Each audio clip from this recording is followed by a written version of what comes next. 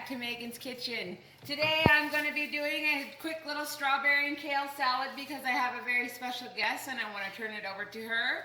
I got some lettuce mix from George at Synergy Seeds.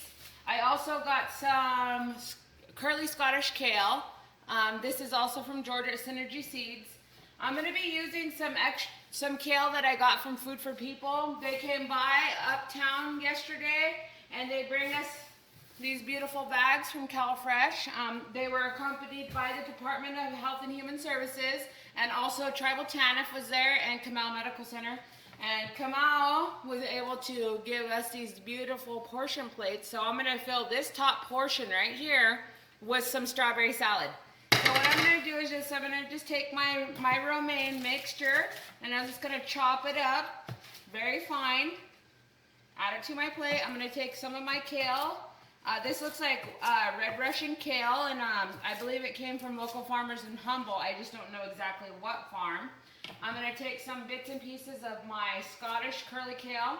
I really like this kale to add to salad because it does curly it up, but it also makes it look really nice and playful and fun, and it kind of makes your salad look really pretty.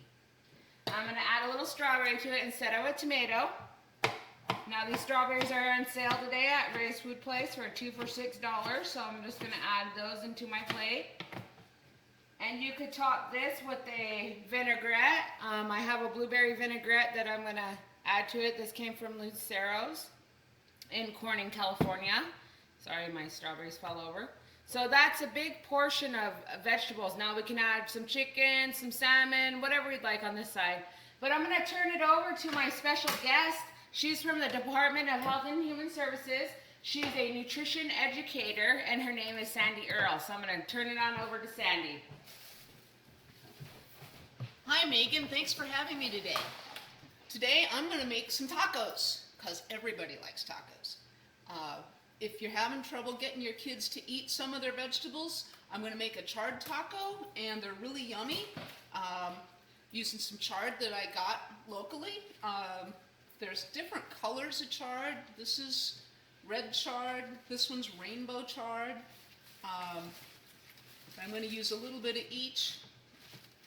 And when I use the chard, I'm going to take out the rib in the center. Those are good for soups and stews, but they're not really good for the taco that I'm making today. So I just cut this part out, and we'll use it for something else. And you're left with the leaf. Take a few leaves here and do the same thing.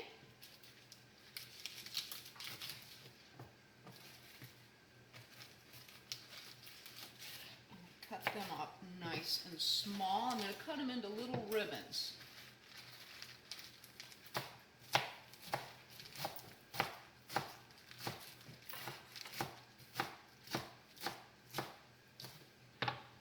So small pieces kind of like that. Next thing I'm going to do is I'm going to take some onion and some garlic. I'm going to chop those as well. Right now I've got the pan heating, so I'm going to use a pan with a little bit of oil, and I'm going to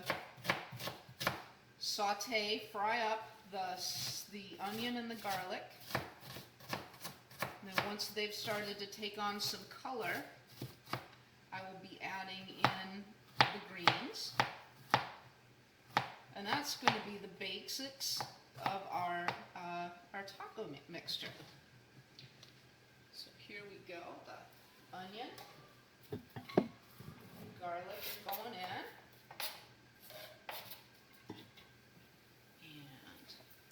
And I'll add a little bit of oil. I'm using coconut oil today. It smells wonderful as it cooks. I wish you guys had smell-o-vision. It smells so good with that coconut oil and with the onions and the garlic. It puts off that nutty smell and that nutty aroma that you would expect from coconut oil, but also when she adds in the rest of her ingredients, it just smells so great. Okay. The next thing I'm going to add is I'm going to add a little bit of crushed red pepper. You can add as much or as little as your family likes. I'm going to put in kind of a medium amount, just kind of sprinkle it on. And as this onion cooks up, normally I'd let it cook up a look like. But I'm going to go ahead and add that chard in there. We're going to let it cook down. So it cooks down just like spinach or any other green would. It just takes a few minutes.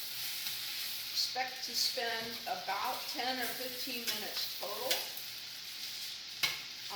sauteing up the onions and the greens.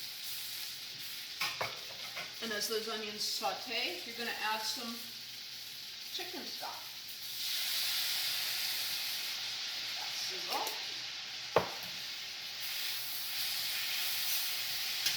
And that stock will add a nice meaty taste to it, and it'll help everything cook down really nice. Gonna let Megan work with that a little bit. And over here, I've got a plain dry skillet that I'm going to use to heat my tortillas. Now, since I'm showing you a recipe that I think your kids will like, I'm going to show slider size tortillas. Remember, if you make anything small, it's fun. So I'm just going to set those in there, and I'm going to let them heat for a little bit. When my mixture is all done, this is what it's going to look like. You can see the onions have turned kind of a caramely brown, and the greens have cooked down a lot. This is quite a bit of greens, actually. And we're also going to put some cheese on our tacos. And we're going to put some salsa on our tacos. I got Rita's salsa, which is locally made. And it's a pretty good salsa, but you can use whatever you've got handy. And we've got a little bit longer, and that'll be ready to go, and I'll be able to fill my tacos. So, could you let us know, Sandy, what types of vitamins and minerals are in chard? So chard is a great source of vitamin A. It's a great source of vitamin C. It's also a really good source of a number of different minerals, and it's a good source of fiber in your diet. All of those things are things that are going to help you live a long and healthy life, and it's a good source of potassium, which for folks who are minding their blood pressure is a good thing to keep in mind too. All right, now my tortillas are nice and soft, and I will not burn myself, but I'm going to put a good bit of taco filling in there. There we go. Oh, good. Thank you. Now fill another one.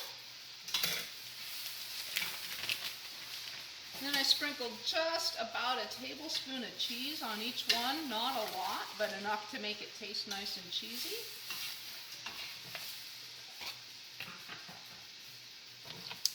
And about a tablespoon of the salsa.